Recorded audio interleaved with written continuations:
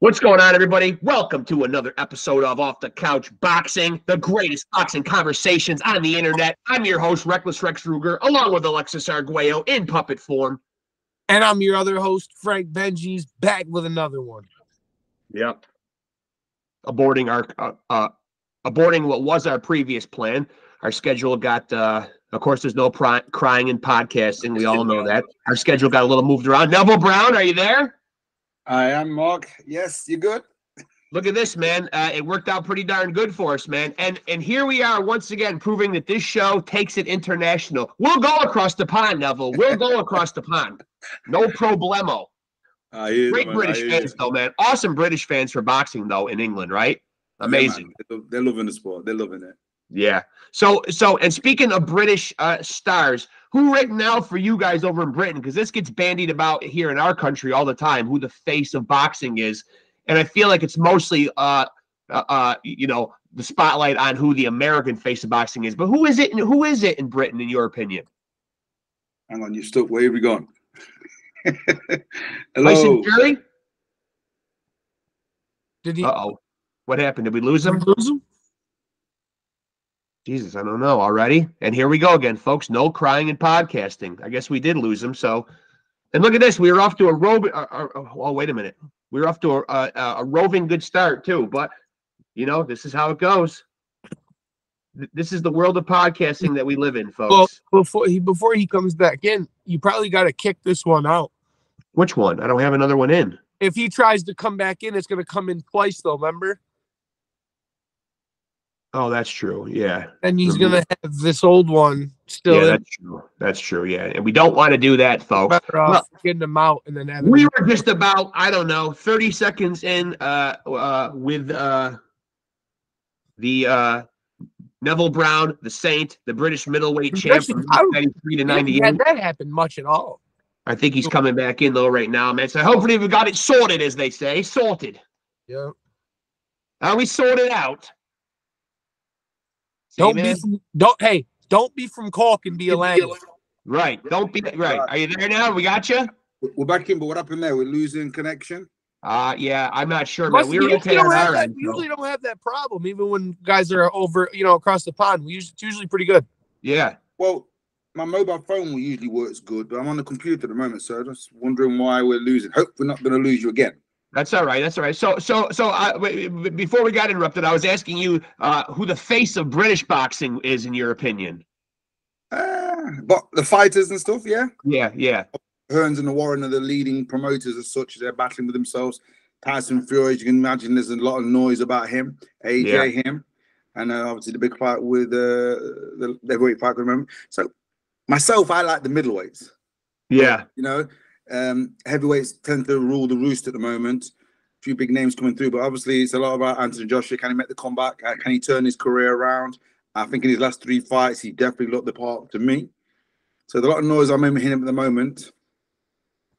If you had to put a label on the greatest British boxer of all time, who's the British GOAT? Do you have an idea of who that is? Because obviously here in the States, we hear Floyd Mayweather, we hear Muhammad Ali, we hear a lot of different guys. And I feel like sometimes the GOAT discussion almost purposefully leaves out, guys that aren't American.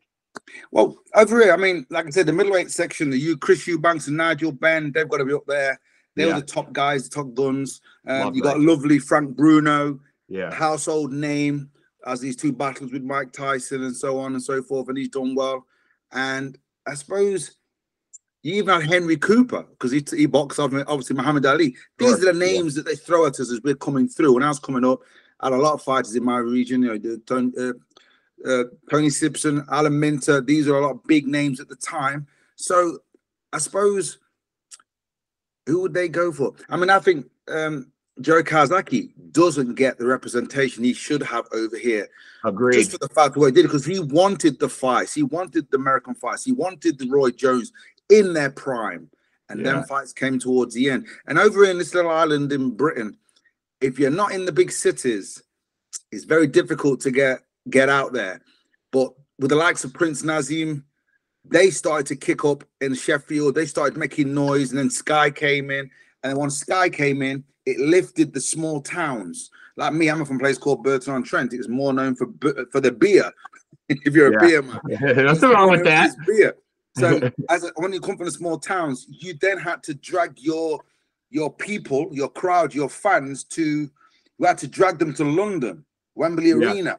Right. And if you think about it, it's impossible to get the guys there. They would pay $20 or £20 for the tickets to get in, £25 for the tickets. They'd have to take a day off work, get to London, and then hopefully if I'm at a prospect, and this is how the game runs, I'm probably going to look good knocking someone out in 2 or 3 rounds and not really being challenged. And the idea was to sell myself as a fighter, as a knockout king. You want to do these things. You want to get the excited crowds up. But who's going to come up for that fight if the main event's not any good? So they'd have to battle their way through a 3-hour road trip. And London's one hell of a place to get around if you don't know what you're doing, where you are, Wembley Arena. And once you're there, the fight's over in 2 minutes. Yeah. So it was very hard for fighters to sell themselves. But now when Sky came in, and again, that kind of did me a default, really, because when Sky came in, they put our names on the shows, and therefore we were off national TV then. Because when you box on national TV, you got seen. Oh, you sure. know, product. But then all of a sudden, I had 2 fights on national TV, was selling myself, and then boom, Sky came in. And for a good thing, it came in well, but I struggled with that. Yeah. I was actually this morning. I was watching soccer, football. Liverpool was playing. Now I'm going to blank on who they were playing for the Carabao Cup final, and that was at Wembley, and it was 89,000 fans. You talk about it's crazy moving around over there, and I was thinking that when they said that number, I was like, I've been around 15,000, 20,000 fans, and that's enormous. Yeah. Well, this is when it's Carl Froch. He says this. He talks about that 88,000 when he boxed one of his rivals there, and they're doing good talks today. But it was like, it was a big thing. Sure. If you can get a Wembley Arena and you get to London, you're kicking butt. But it's the Manchester Arena now that's kicking butt. So you're at that end now. So it's good now. It's being pulled about a little bit. But I think it was thanks to Sky, really, because when Sky came on board, you could then box in the small towns. And you filled the arenas in. It was the atmosphere you created. Right. It was a great time for boxing in that sense. And now, how did you get into boxing yourself? Because we hear and we laugh about this a lot. Well, you know, we always hear it's usually down to what, 2 or 3 stories, Benji's. It's either the father got him involved, they were getting in a lot of fights in school, or both. Yeah, I suppose being mixed race. My mom's English, my dad's Jamaican. In the 70s, it was very, very hard. I could sense, I felt there were difficult times. I even thought I broke my family up because they were battling about the race war. You know, my dad would say he's black. My mom would say he's white. Or better still, my mom would say he's half-caste. And I never understood this half-caste word. And I kept thinking, but I'm not black. I'm only an 8-year-old. I didn't know what was going on. So... And then I was to learn this word half-caste meant a lot to me. It changed my life, because when I actually read a book one day, Chains it was, so you can imagine, a slavery book, and I remember they kept using the word half-caste, outcast, and I thought to myself, yeah, I feel like an outcast. I was always the minority. I'd be in a place, and then obviously I always find myself not a bad kid or nothing. My dad disciplined me well. But he always told me, don't let nobody put their hands on you. The problem is, then you end up fighting. Right. And I always seem to be fighting with older kids. And it got to the stage where I could be walking past a group of older teenagers. And to me, they were men, because I was an 8, 9-year-old child. And these had mustaches and beards. To me, they were men. But they're probably 18, 17, 18. And check some IDs on those kids. What are they still doing in school?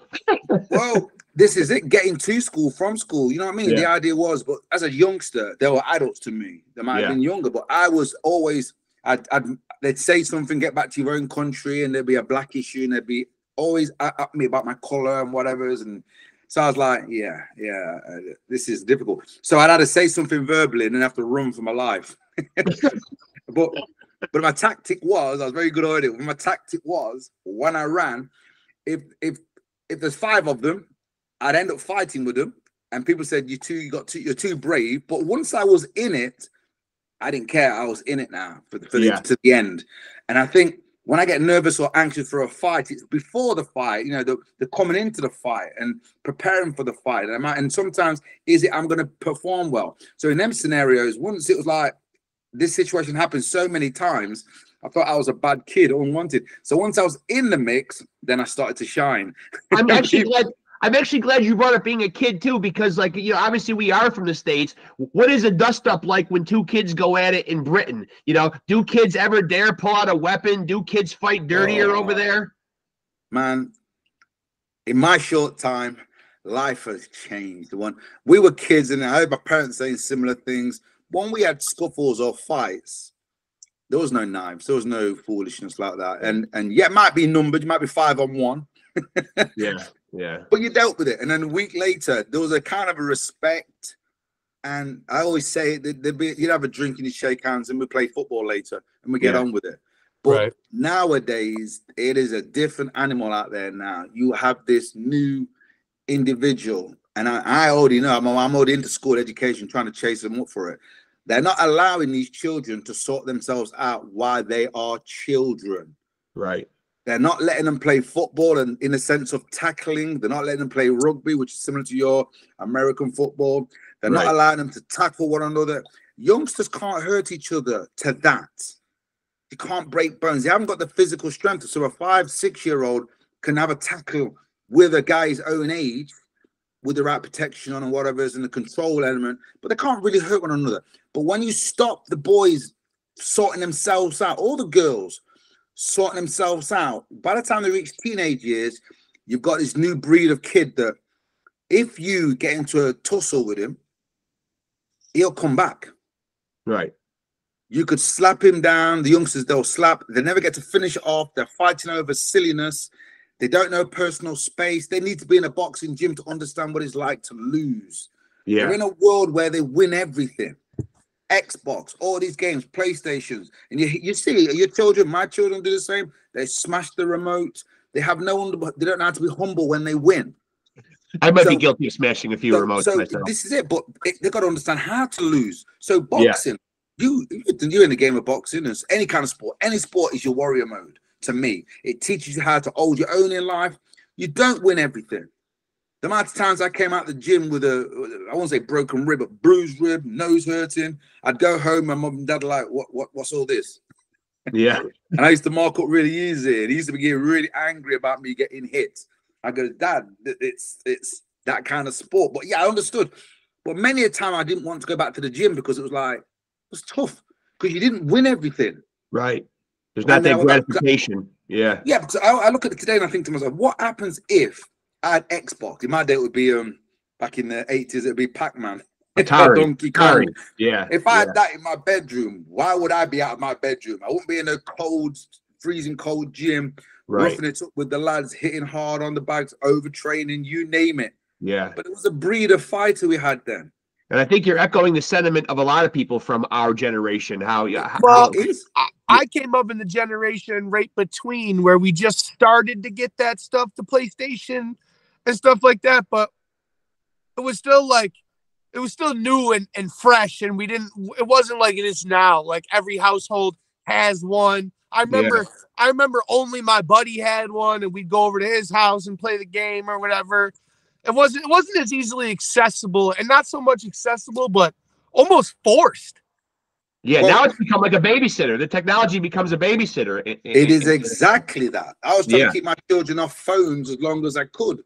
But when I start talking with the mother, we're split now. We're good friends, but we talk. And the children are with the mother, and they're 20 and 21 now, so they're big people now. But you didn't want your children near phones at 12, 11. And they felt there was a need to have it. And the best of it is, I remember dropping my daughter off. She would have been 12 years of age. And I remember it distinctly. We dropped them off at this place. So all her friends were there. All 6 of her friends were there. And me and the other parents were about to leave the arena. But like a bowling alley type of thing, yeah? And all of a sudden was leaving. And not one of the kids was talking to each other. Guess what they were doing? Yeah, all got their noses on the phones, texting the people who weren't in the group. Yeah. Yeah, it's sad. It's sad. Everybody's walking around with their nose buried in these things. Now, for boxing idols, did you have a guy that you kind of attached yourself to and watched when you were growing up and wanted to emulate? You know, we all have those heroes. Oh yeah, hell yeah. I mean, it sounds crazy, but I didn't really understand boxing as a kid. I wouldn't say I fell into it. I was definitely going that way, and I was into sports. I liked athletics. Judo was my first love, so I was doing judo, and then from judo, I then came into athletics, and then to boxing at age 12. And it was Sugar Ray Leonard. Yeah, we hear him a lot. And Roberto Duran. Yeah. And I would try and mimic both of those fighters. It was the Montreal Brawl. And I always remember the story when I first came in. I'd already started boxing. And I remember we had a TV, a black and white TV. And I remember we used to switch it on, and it would take about 2 minutes, 3 minutes before the picture came on. Yep. I remember those well. and then one before the volume would come up, and I heard this, wow, these guys are crazy. How are they keeping this up? This is 11 rounds. This is mad. How are they doing this? No one's backing down. I was waiting for the TV to come on. What's going on? And when it turned on, I saw these two dudes knocking the bejesus out of each other, and didn't have vests on, because I didn't know you couldn't box without a shirt on. Yeah.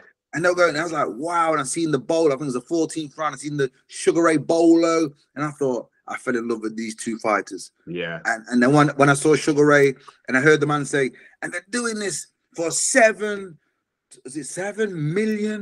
million or something. I was like, oh yeah. Yeah. I didn't know you got paid for this shit. Yeah. Now, are you currently keeping a very keen eye on the sport nowadays? And are there any of these young guys that are doing it right now that you're particularly fond of watching? I don't know. I have a love and hate relationship with boxing. And I think if any boxer's honest, it's changed. The game. Has it changed, or is it now we can see what's going on? Yeah, I think it's about half and half on both of those points. Yeah. I'm glad you said both of them. So I love the sport. I love boxing. Politics, wow, that's another story. I was always at the raw end of the politics. When it came to the money side of things, I was a dangerous fighter, but I never got to shine because I never got the chance to fight the guys. When it was amateur, they had to fight you. Yeah. As an amateur, they had to fight, so they couldn't get past you. So they had to get past you. Decisions sometimes went against you in a lot of cases. But as a pro, all my life, it was all about money. So you were never getting those fighters you could meet in the challenge itself. So I see a lot of fighters getting up there, and I don't know if they can put bums on seats, they seem to be making it. And that's the honest truth, isn't it? If you and me could put bums on seat and we boxed at London 88,000 Wembley Arena, we're getting paid. Yeah, absolutely. Whether we can fight or not. And the YouTubers have proven that. Yep. Yeah, they have. Yeah, we actually that's a question we actually ask often on this show, is like, what's your thoughts on those crossover fights and the YouTube fights? I'm gonna come across as a hater, and I'm just being honest. I've been down the tracks. I've fought the politics. I see youngsters from age of 11 training. They're into the sport. They're disciplined. They're training hard. They get through the schoolboy championships. Then they get to the national championships. They win. Bad decisions sometimes go the way, so they get through all that. And then they get to box for England. And then they get to box in the Olympics or the World Games. And then all of a sudden, you could come away with no medal at the Olympics or the World Games, and you just miss out on a medal. You're world class. Yeah. You've got through the politics. And then some YouTuber who's playing games has a following, and the whole world's changed. And you're boxing on the undercard to these guys. Right. Yeah. That's heartbreaking. That's heartbreaking. And you let you know, by the way, let you know that opinion has been echoed by many that have been on this show. So you don't come off as a hater, because most of the pure guys, who, as you said, have been grinding and coming up, paying their dues since a very young age. It is something that is a bitter pill to swallow. It is. And at the same time, fair play. That's what it's about. It's about getting money. I've got to do something, and I've got to put bums on seats. Yeah. And they've found some way of getting through that. Yeah. Do I knock them? Fair play to them. But it still, to me, leaves a bad taste in my mouth. And I think the hours and the years we put in there, and we're just. When I boxed for the British title, I was still on the dole. I had to basically give up my job so I could focus on getting the title. Yeah. Yeah, but you had a nice run, though. You had a 5-year run, and you don't see guys, you know, even here in the States, you don't see guys really have long reigns because it seems like they either vacate, they go make fights that, you know, that aren't their mandatories. They move up and down like weight classes. Do you think there's too much of that now? Like there's not good fights being made and guys cleaning out their division the way they used to? You talk about Sugar Ray Leonard, obviously fighting everybody at welterweight, you know, cleaning the divisions out. You know, you don't see it much. But like I said to you, are we more switched on now with the boxing? Did Sugar Ray, did Marvin Hagler, did the Roberto, did the Four Kings, did they avoid anybody? They came across like they never did, but I know Mike McCallum never got a look in. Right, right. So it's business, isn't it? It's always business. They're not going with these guys unless the money's in the end of the table. And I think that's happened all through boxing.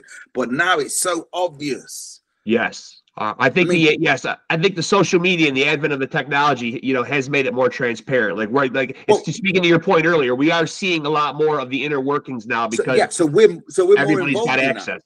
So we're more involved in that. So I think you can still twist that and get people to get behind the fighters more. So there was a football card game years ago, and they used to get all the footballers who were playing football, all the regular top stars, and you had to try and get all the best footballers. And you used to buy these chewing gum packets. Yeah. But they always used to keep the main stars, the main footballers, names out of them. So you were always trying to bid with somebody to get whoever, Gary Lineker, whoever the footballer, Kevin Keevan, whoever there was at the time, George Best, one of the top players. We could do stuff with that with boxing and get people more involved. More people are involved in boxing, it sells. But it's lazy. To me, it's lazy promotion. They just live off the fact that they can make fights easy and nobody questions it. I don't believe we're seeing the best fighters anymore. I know we're not seeing the best fighters anymore. Yeah, I agree. Because they won't sign these contracts. They won't sign these contracts, so therefore they're not getting TV.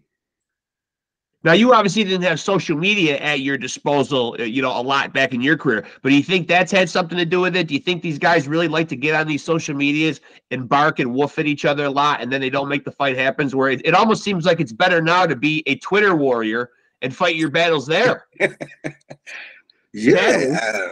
Clearly, look, it's not gonna come back. The world we live in ain't there. No, it's gone, champ. You're right. I hear my father saying, "You fighters today, you don't know the Joe Louis of our day, the Ali, the Frazier, the Ken Nortons, you name it, the hardcore boys." And I look at them and I think, when I watch Ken Norton boxing Larry Holmes, that 15-round fight, what the hell? 2 heavyweights moving like middleweights. Not for 2 rounds, but 15 rounds. Yeah. And they weren't mincing. They were going for one another. They were showing skills, heart. I don't know if we're ever going to see that again. Yeah. It's sad. I don't know if we're going to see that again. Part of me says good, because a lot of them fighters were damaged. You know, I wouldn't want to be a world champion and be damaged. What's the point? How do you enjoy being a world champion? So we need to keep the boxing safe. But what I see a lot going on, I see a lot of heavy overtraining, hitting hard, damaging each other. I mean, I was talking to a Thai fighter a couple of weeks back, and he was saying in the Thailand one, when we fight there, if we spar with anybody and you kick the Thai fighter hard, they just get out of the ring and say, amateur. Yeah. Because why would you damage the goods before you get the fights? And I see it too often. Yeah. I mean, we just saw it with Fury taking that punch and getting cut, and then the fight having to get set back. Whether we believe what we believe, or I don't know what to believe anymore. Well, the people on there that were saying it wasn't a real cut is crazy, though. That's crazy. Look how bad it is. Is this good social media, or are we doing what it should be doing? Are we talking about boxing? So whether it's good or bad. Yeah. I look at it and say, hang on a minute. If the fighters got caught, why are you debating it? Right. And we've been pretty critical on our show too about calling into question, you know, horrible stoppages and bad judging calls. And I guess probably, as you said earlier, that stuff will probably always in some way, shape, or form exist and kind of taint the sport a little. But listen, if we are talking Sugar Ray Leonard and Tommy Hearns, the first fight, if you heard it got put back 3 months because Leonard or somebody got a cut. Why would you even debate it? Right. A cut's a cut. Unless there's not a cut, unless there's no cut there. From all accounts, from what I've seen from the little clip here and there, whether it was a, if anything, I think the head guard was pathetic. Yeah. I saw the head guard reaching up here. Yeah. Why is the head guard that wet or that it's not doing its job? Yeah. Right. So that's technical. So what we doing there? So that's my one. But if he's cut, what are we debating it? Put the fight back 3 months. And obviously Tyson Fury is a huge. No, everyone's trying to say that that like Tyson Fury is in some way, shape, or form trying to run from Usyk or hide from him, or whatever, what have you. They're just trying to say, oh, he's trying to stall. Yeah, but are we as fighters listening to that? Because we as fighters know this fight's gonna happen. Yeah. It has to. Tyson's going to win. I'm not saying, when I look at the heavyweight division right now and I think, where's the animals? Right. And I don't mean to be disrespectful. I respect any fighter, but when I see, if you took a dart and you threw the dart in 90s, 94 in the world rankings of heavyweight champions, you're hitting a world champion. Yeah. If he was here today, look at Tim Witherspoon, all them boys, Snipes, where they're come and gone. Greg Page. These are just, where are they? They'd be world champions through and through today, it would seem. Yeah. And yet technology has got better. Yeah. We now know we can stop overtraining, we can stop dehydrating ourselves, which is killing the lower weights, making weights. It's ridiculous. And I see guys overtraining, myself included. You get into this habit, boom. But you look at the heavyweights today and I think, where are the animals? Yeah. Well, Now Tyson Fury is a very polarizing figure. Obviously, he's always big news over in England. He's our current heavyweight champion. Which should be a very esteemed position. It used to be in boxing. What is your assessment and feeling on Tyson Fury? Of course, subjectively speaking. He's the best of the bunch right now. And that, what does that say about boxing? Yeah, I don't know. He's the best of punch. I've always stated that 6'9" heavyweight is going to kill the sport. Could you imagine? I know it wouldn't happen this way, but imagine if Tyson Fury could hit like a Deontay. I know. Yeah. But at the same time, we'd probably lose a certain type of fitness that he has. When he's on form. To me, I've always said boxers look, basketball players. Have you seen the size of these basketball players? Huge. Have you seen the way they run up and down? Yeah. A quarter. Their hand, the way their hands are. If you taught a boxer and he had the IQ of a skill, if you talk of basketball and you taught him boxing and he had the IQ, how would you beat some monster like that? I know. With that kind of weight, moving around at 7'2". Well, the great Jesse James Leija is actually working with that lanky Victor Wembanyama right now from France, getting him right. And they look hilarious when they're in a training video together too, because Jesse James Leija is not by any means a tall guy, and Wembanyama is like a big young star that just started here, and he's like what, Benji's 7'2"? But what I'm getting at, is you've got to have the IQ. Yeah. What I'm getting at is you can't just be tall and long. You don't have, Deontay doesn't know how to box from a distance, and he doesn't know how to box inside. Yeah. How has he been around so long? He's just hitting people. He doesn't, to me, show infighting skills that he should have with that reach. Yeah. You shouldn't get near him. When you get close, he ties you up. He doesn't know what to do inside. And then you get Tyson Fury at 6'9". When he's moving, he's a big lad to be moving so well. So imagine somebody with that athleticism with power. Yeah, I know. You got AJ and you got Anthony Joshua. I always say this to people. You got Anthony Joshua, Deontay, proper athletes. If you had Anthony Joshua, Tyson Fury and AJ, Anthony Joshua and Deontay, if you had them all doing some kind of athletics event, running, lifting weights, an assault course, Tyson wouldn't be near them. Right. They would be the athletes. Right. But if you put them in the ring, they get rigid, they get stiff-legged. Yeah, he gets more athletic. Yeah. And he looks like the athlete. Yeah. That's the years of boxing. People are missing out the years of boxing. Yeah. He was struggling when he was younger as a boxer over here, Tyson Fury. Yeah. Because they could get to him. But now he's got that boxing brain, you can't get to him. And he's 19 stone, so he knows how to use that. But imagine if you had some more thump on him, if you had a bigger punch on him. Yeah. With that boxing IQ. Yeah, amazing. Yeah. So what's scary? So for you, what's life post boxing been like for you? Like, where are you now? Tell the people kind of what's going on in your life at this point. But you know what? I like a lot of fighters. I thought I was going to make it in the game. I really did. Yeah. And I realized it dealt me real. I put my eggs in one basket, if that makes sense. Like a lot Hey, of listen, fighters. champ, I should be a retired baseball player right now in my mind of 13 years old, and I'm not. So, I mean, hey, you know. Hey, but I'm still training. I still tick over. I'm 58 tomorrow. I still do my round. Birthday. Fantastic. Yeah. Yeah, so 58 tomorrow. So I'm still kicking butt and I'm still we're moving around in the ring with people, teaching them the art of sport. I suppose when I came out of boxing, a little bit, I lost identity, didn't know what to do with myself. All of a sudden, I was somebody in the boxing world, a sport. And then all of a sudden, you go from that to clocking in. Yeah. And I remember trying to hold a job down and just doing it. And I didn't mind it, but it was a shock to the system. And I kept thinking, what am I going to do for the rest of my life? So I went back into PT work and I was teaching people how to lift weights and nutrition stuff. And then I thought, somebody said to me, Neville, why aren't you teaching boxing to people? So over the years, I went back and thought, yeah, I've got some tactics I think people could learn. And then I started teaching the boxing. It's now called Smart to Box, but it was the psychology of boxing. I looked at boxing and thought, wow, we've got it so wrong. Yeah.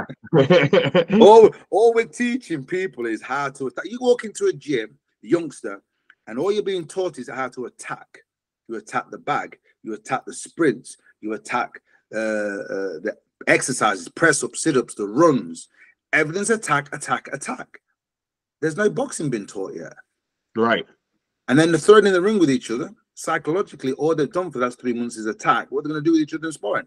They're going to attack each other and going to soon realize they can't take punches. Yeah. Right. And that's why I say today the kids don't want it. Yeah. Yeah. So that's the toughest part to find out is, can you get punched in the face? Yeah. Well, that's part of the game. I say to people, you do realize when they get, sometimes they get upset because they got hit on the nose. It goes, yeah, your job is to keep yourself out of harm's way. I talk to people, say, look, boxing's an art, sport's an art, but boxing to me, we use wrong words. I say to these people, and I say, they always say, I don't know, Anthony Joshua and Tyson Fury are fighting at the weekend. And I always say, let's scrub that word, because fighting means out of control, it means fight or flight. Yeah. We have to learn, and our kids, that's what the problem I teach you kids. Our problem at schools is our kids don't know how to deal with their chemistry, how to get anxious, how to get nervous, how to come back, how to balance themselves. Sport, whether it be football, running, will teach them how to pace themselves. The amount of children I see now when I'm training them, for whatever reason, I do it one-to-ones, but boxing's a vehicle I use, but I just train for athletes and whatever. They can't run. What I mean by that, they don't know how to pace themselves. They don't know how to run down the road. They have no idea how to run a mile or 2 miles. And they're at school and they're being shown these things. And I'm like, wow, how are they supposed to find athletes today? It's almost like an all or nothing thing. It's like they either get out there and they spew all their energy like right away, or you're right, they don't have the ability to carry it the distance. You know, you don't know. I've done it. You've done it. You cannot live at world championship pace. You can't train every day like you're boxing for the world title. Right. Fitness will come and go, but skills will stay with you for life. Yeah. I go in the ring, the guys are fitter than me today. They should be fitter than me, but they don't look fitter than me because I have the skill level to sit around and move around and keep out of trouble. And they go, "Why? How come you're retired?" I go, "Because I'm old." Yeah. And in some ways, I was pushed out of the game in a lot of ways because I couldn't get the fights, because the way they do it, they give you a phone call within 2 days and you got to lose 10 pounds and then box. Yeah. And they're watching on you. They know you're in the gym training, or you're not in the gym training. Then the phone call comes. Yeah. When you don't want it. When I got the world title fight against Steve Collins, I'm a light middleweight. I couldn't get a light middleweight fight. I ended up boxing for the middleweight championship. Errol Bomber Graham, if you remember the guy, middleweight, and he lost to a very strong guy called Frank Grant. And I ended up boxing Frank Grant for the title. You did. Yeah. I then got shoved in with Steve Collins. And nobody wants to be shoved in with him. That's not a fight you want to be shoved into with Steve Collins. I hear you. But you know, as I do, we're fighters. Yeah. And they offered me the fight, and I said, hell yeah. And in my head, I was thinking, okay, this is it. Big time. I'm boxing for the world title. Okay, I didn't expect to box for the 12-stone title. Right. But hell, and I was thinking in my head, I'll go away, training camp, eat food, get up, build weight up. And the next thing they said, I goes, when's the fight? They goes, in 4 weeks' time. Yeah. That's crazy. What you do? So I said, no, I'll leave that. And then I got that, what you don't hear people saying, but I know it goes on. I got told, if I don't take the fight, they're not coming back to me. Yeah, the offers just dry up. Yeah. And by the way, I'm glad you brought him up. Shout out to the great Stevie Collins. I was reading a great article today online where people were saying he's never yet appeared on an International Boxing Hall of Fame ballot. And apparently there's quite an outcry out there that he should be. I mean, he beat Chris Eubanks twice and Nigel Benn twice. Hell yeah. Fantastic fighter. Well, like I said, he wanted, obviously when I boxed him, I wanted to, I got stopped in the 11th round. It was a great experience to box the best. I always knew I could box with the best, but you need the time. And the weight, I think I was 12 stone 1. Yeah. Which is a bit low. Oh, did we lose him again?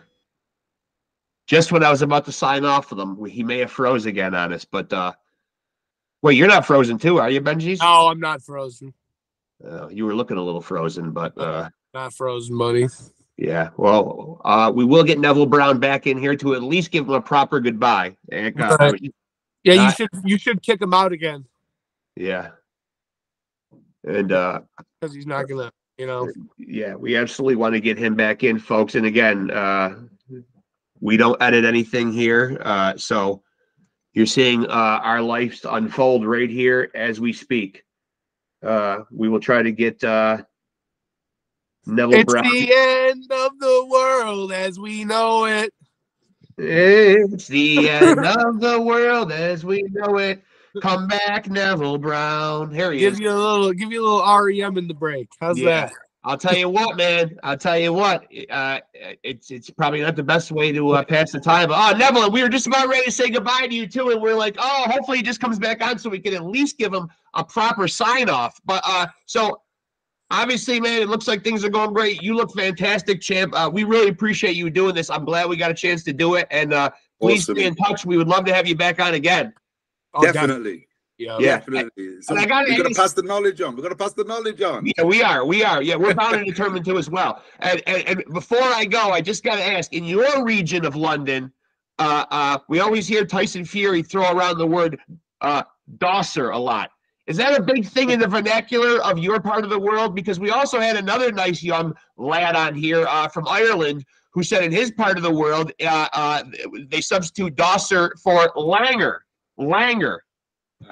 Okay. Yeah. Dosser to me is just you're lazy. You don't give a shit. You're just you're dossing around, man. Come on, step it up. You gotta start taking it serious now. So that's what he means by dosser. But he plays. He's good. He gets you listening. Yeah, he's entertaining. You know what I mean? And his dad's even worse. I mean, I don't like that stuff, but hey, it is what it is. You know what I mean? I mean, come on, man. What is this guy going to do in a boxing ring against the great Mike Tyson? Come on. He's going to get paid. What? Have you not seen it yet? He's going to get paid. That's what they're hoping for. That's all it is. I'm going to come into your house and I'm going to give you hell. If I get paid 20 million for it, hey, why not? I feel like Mike Tyson should at least have one hand tied behind his back. I mean, let's at least make it fair here, for God's sakes. I mean, come on. He still looks like he could be quite vicious, man. I mean, he's still Iron Mike. I love Mike today because imagine, like all fighters, you have this idea, this dream to be a world champion. You wake up every morning, you're on the road, you're running, you're tired.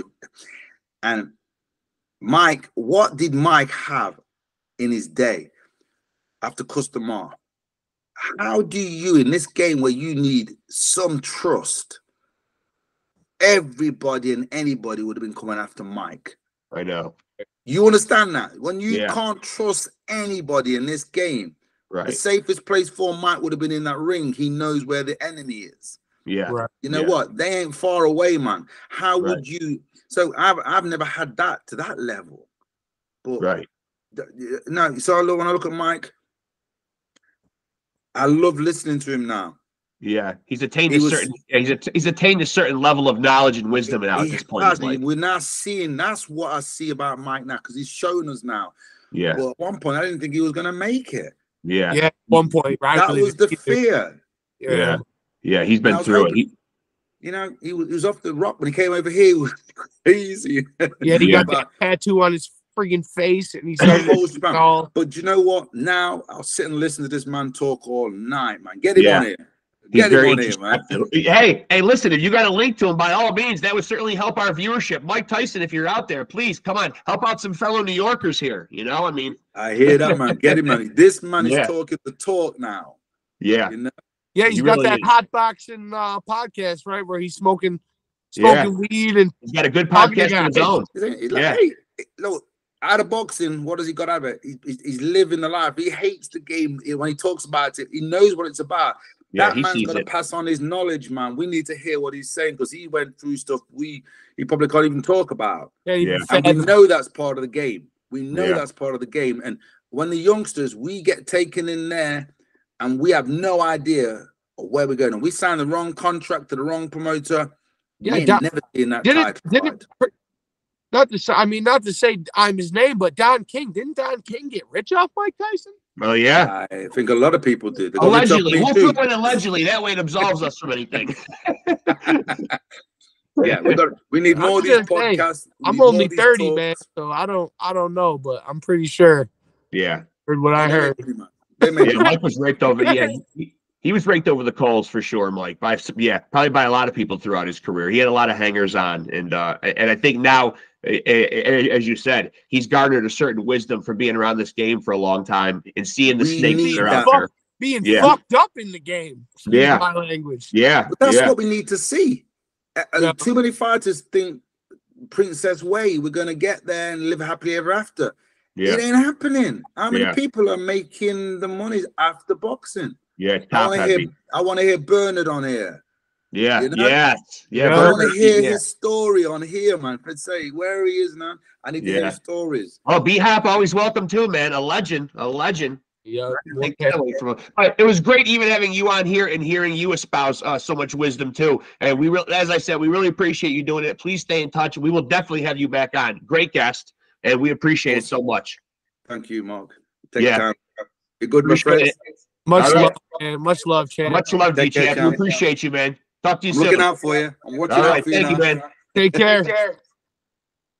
Neville Brown, folks, a guy that's been around the game himself. British middleweight champ, 93 to 98. Let's give the Saint, which is, I wasn't even going to bust his balls about the nickname. It's a good one. I like it. It's a good one. 32-8, 26 knockouts was his day at the office in the game. So not bad at all.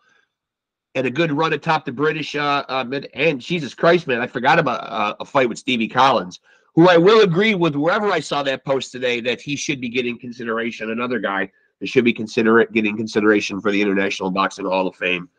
Beat Chris Eubank, as I said, twice, and Nigel Benn twice, among lots of other guys, man. So there's lots of guys out there who belong and aren't, though. So, but that right there, excuse you, Alexis Arguello, that right there was Neville the Saint Brown from our buddy from across the pond. I don't know if I said that right. It almost sounds like it would be better, the Saint, Neville Brown. Yeah, listen, I'm going to say that I got to go make dinner. So, yeah. With that being said, your boy, Frank Benji's, a.k.a. White Jordan, and also a.k.a. Baby Busey, would like to say that I can go 15 seconds with anything. And be sure to like and follow us on Facebook. subscribe, hit the notification bell if you're watching this on YouTube right now. Amazing new boxing conversations every single week, man, with legends, luminaries, and amazing rising stars on the come up. Boxing conversations that you don't hear anywhere else. We're really having some chop sessions here. We're chopping it up here, man, with guys about a plethora of different things. I love the word plethora, a plethora of different things. It ain't just about the knuckle game. We take it outside of the knuckle game sometimes. You'll get to know these cats on here, man. You'll get to know these cats. Right. We keep it loose, man. We keep it loose on here. You don't roll your eyes when I'm busting out my AKA. Yes, I do. I roll my eyes at anybody. You don't roll your eyes at AKA Michael Scott Jr. Yes, I do. You don't roll your eyes at him. Yeah. I'm gonna say you don't roll your eyes at Reckless Rex Ruger, aka Westy Featherstone, aka the Loose Cannon. AKA the Loose Cannon. Yeah. I'm just gonna keep it at the Loose Cannon right there. Well, listen. Fuck yourself. Call me Frankie Coonan. Yeah. You can also call me AKA Coonan the Goon. Coonan the Goon. Yeah. AKA the Big Bad Lad. Call me AKA cousin Roy DeMayo. Yeah. Yeah. Call me 596 Club. Call me Big 596. Catch me in the back cutting up bodies in the tub. Yeah, you better be careful before we're on some fucking Most Wanted. Suddenly the FBI will be knocking at my door, and it won't be the first time. So we'll just leave it at that right there, man. So yeah, please please subscribe. Thank you again to Neville Brown joining us from across the pond, man. One of England's finest, British middleweight champion from 1993 to 1998. Look up his accolades. Do your homework. The FBI, you're not allowed to read and like books. Yeah, you're not allowed. You're not allowed to surf You're not allowed to surf the internet. All your constitutional rights are just consider them null and void. Right. Can't like books. Yeah. With that being said, folks, stand up for your constitutional rights. You do have rights out there. So, remember we're allowed to government, we're allowed to like books. Thanks. I'd like to shout out Long Island Audit. One of the best auditors out there. Sean Paul Reyes does a great job keeping our government in check. That's just a little tidbit, side fact for me to throw out to our viewers. If you're looking for some shit on a real activist out there, standing in the face of adversity, even taking several arrests. Yeah. You locked them up 9 times. What you gotta do, man. Yeah, you gotta do what you gotta do, man. This is America, baby. This is America. And with that being said, remember, if you want to roll with the champions, No, that was not it. Time out, Alexis Arguello. Time out, Alexis Arguello. Remember, kids, if you want to be a champion, you got to roll with the champ.